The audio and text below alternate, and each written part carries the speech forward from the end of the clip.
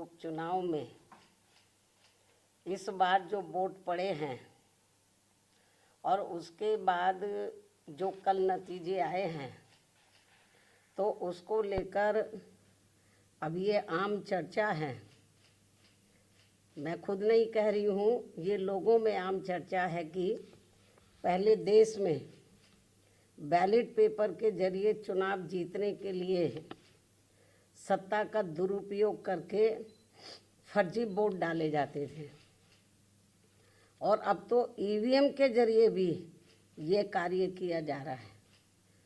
जो लोकतंत्र के लिए बड़े दुख व चिंता की बात है। इतना ही नहीं, बल्कि देश में लोकसभा व राज्यों में विधानसभा आम चुनाव के साथ साथ खासकर उपचुनावों में तो अब ये कार्य काफ़ी खुलकर किया जा रहा है। और ये सब हमें हाल ही में हुए यूपी के उपचुनाव में काफ़ी कुछ देखने के लिए मिला है। और इस बार महाराष्ट्र स्टेट में विधानसभा के हुए आम चुनाव में भी इसको लेकर काफ़ी आवाज़ें उठाई जा रही हैं। ये अपने देश में यह लोकतंत्र के लिए बहुत बड़ी खतरे की घंटी भी है। ऐसी स्थिति में अब हमारी पार्टी ने ये फैसला लिया है कि जब तक देश में फर्जी वोटों को डालने से रोकने के लिए देश के चुनाव आयोग द्वारा कोई सख्त कदम नहीं उठाए जाते हैं, तो तब तक हमारी पार्टी देश में खासकर अब कोई भी उपचुनाव नहीं लड़ेगी। मैं उपचुनाव की बात कर रही हूँ, बाई इलेक्शन की। तो तब तक हमारी पार्टी देश में खासकर अब कोई भी उपचुनाव नहीं लड़ेगी। जबकि आम चुनाव में जब जनरल इलेक्शन होते हैं, जबकि आम चुनाव में इस मामले में थोड़ा बचाव जरूर हो जाता है, क्योंकि इनका अर्थात सरकारी मशीनरी का सत्ता परिवर्तन के डर की वजह से जब जनरल इलेक्शन होता है, जो पार्टी पावर में होती है, ज़रूरी नहीं है कि वो पार्टी पावर में फिर से लौट के आ जाए, दूसरी पार्टी भी आ सकती है। तो फिर वो जो सरकारी मशीनरी है वो थोड़ा घबराती है। जबकि आम चुनाव में इस मामले में थोड़ा बचाव जरूर हो जाता है, क्योंकि इनका अर्थात सरकारी मशीनरी का सत्ता परिवर्तन के डर की वजह से आम चुनाव में इनका जनता पर कोई ज़्यादा दबाव या डर आदि नहीं होता है, जिसे खास ध्यान में रखकर हमारी पार्टी देश में लोकसभा व राज्यों में विधानसभा के आम चुनाव तथा स्थानीय निकायों के भी चुनाव पूरी तैयारी व दमदारी के साथ लड़ेगी। इसके साथ ही यहाँ मैं ये भी कहना चाहती हूँ कि यूपी में सन 2007 में बीएसपी की अकेले ही पूर्ण बहुमत की सरकार बनने के बाद से कांग्रेस, बीजेपी व इनके समर्थक सभी जातिवादी पार्टियाँ ये सोचकर काफ़ी घबराने लगी थी कि यदि बीएसपी केंद्र की सत्ता में आ गई तो फिर बाबा साहब डॉक्टर भीमराव अंबेडकर का व इनके अनुयायी रहे मान्यवर श्री कांशीराम जी का भी हर मामले में अधूरा रहा सपना जरूर साकार हो जाएगा, जिसे रोकने के लिए फिर इन्होंने अंदर अंदर आपस में मिलकर ये जो जातिवादी पार्टियां हैं, कांग्रेस, बीजेपी और कंपनी के जो लोग हैं, फिर इन्होंने अंदर अंदर आपस में मिलकर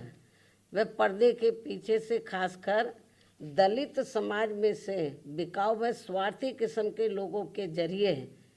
अब इन्होंने अनेकों पार्टियां बनवा दी सन 2007 के बाद से, जिनको चलाने व चुनाव लड़ाने आदि पर पूरा धन इन्हीं पार्टियों का लगता है। तभी ये पार्टियां कई कई दर्जन गाड़ियों को साथ में लेकर चलती हैं, और अब तो ये हेलीकॉप्टर व प्लेन से चुनावी दौरा भी करते हैं। ऐसी लोगों में ये आम चर्चा है। जबकि हमारी पार्टी बीएसपी इसके लिए पार्टी के लोगों से बीएसपी सदस्यता आदि के जरिए अपना खर्चा खुद उठाती है। यहाँ ये भी गंभीरता से सोचने की बात है। और इतना ही नहीं, बल्कि फिर ये विरोधी पार्टियाँ अपने राजनीतिक लाभ के लिए उनके हिसाब से उनसे उम्मीदवार खड़े करवा के अब बीएसपी को कमज़ोर करने में लगी हैं। इसके साथ ही अब तो इन बिकाऊ व स्वार्थियों को मजबूती देने के लिए अब ये विरोधी पार्टियां अपना खुद का भी वोट ट्रांसफ़र करवा के इनके हर राज्य में 1-2 एमपी व एमएलए भी जितवा कर भेज रही है। इसलिए ऐसे सभी बिकाऊ व स्वार्थियों की पार्टियों को अब अपने भोले भाले दलितों, आदिवासियों, अन्य पिछड़े वर्गों व अक़लियतों को भी अपना एक भी वोट देकर खराब नहीं करना है। ये सब हमें अभी हाल ही में हरियाणा, महाराष्ट्र, झारखंड के हुए विधानसभा आम चुनाव के साथ साथ यहाँ उत्तर प्रदेश में भी 9 विधानसभा की सीटों पर हुए उपचुनाव में काफ़ी कुछ देखने के लिए मिला है। ऐसे में अब इन सभी वर्गों के लोगों को इन्हें जाति, बरादरी, रिश्ते नातों, यार दोस्तों आदि के भी चक्कर में न पड़कर अपना वोट ऐसी किसी भी पार्टी को नहीं देना है, बल्कि अपनी एकमात्र हितैषी पार्टी बीएसपी को ही अपना वोट देना है, जिसकी नीतियों व कार्यशैली को इन्होंने यूपी में, यानी कि जो वीकर सेक्शन के लोग हैं, इन्होंने यूपी में बीएसपी के, वैसे तो सर समाज के लोगों ने आजमाया है, इन्होंने यूपी में बीएसपी के नेतृत्व में 4 बार बनी सरकार में भी काफ़ी कुछ आजमाया है। इसके साथ साथ इन सभी वर्गों के लोग अब पुनः सत्ता में आने के लिए विरोधी पार्टियों की इन सभी साजिशों से हमेशा सावधान रहना है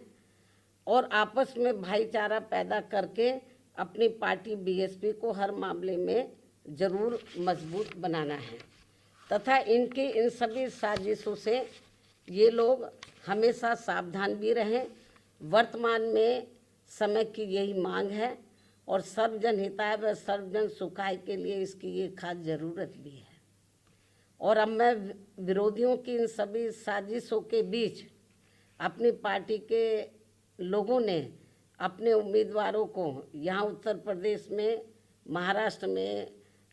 झारखंड में और ख़ासकर उत्तर प्रदेश में जो 9 विधानसभा की सीटों पर बाई इलेक्शन हुए,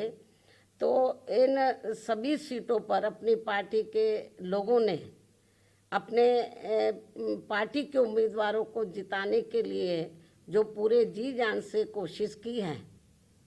तो उनका मैं पूरे तय दिल से आभार प्रकट करते हुए अब मैं अपनी बात यहीं समाप्त करूं। लेकिन इससे पहले मैं यूपी सरकार को ये भी कहना चाहूँगी, कल यूपी में उपचुनाव को लेकर आए अप्रत्याशित नतीजों के बाद से खासकर संभल जिला सहित पूरे मुरादाबाद मंडल में काफ़ी तनाव की स्थिति व्याप्त थी कल से ही। ऐसे में शासन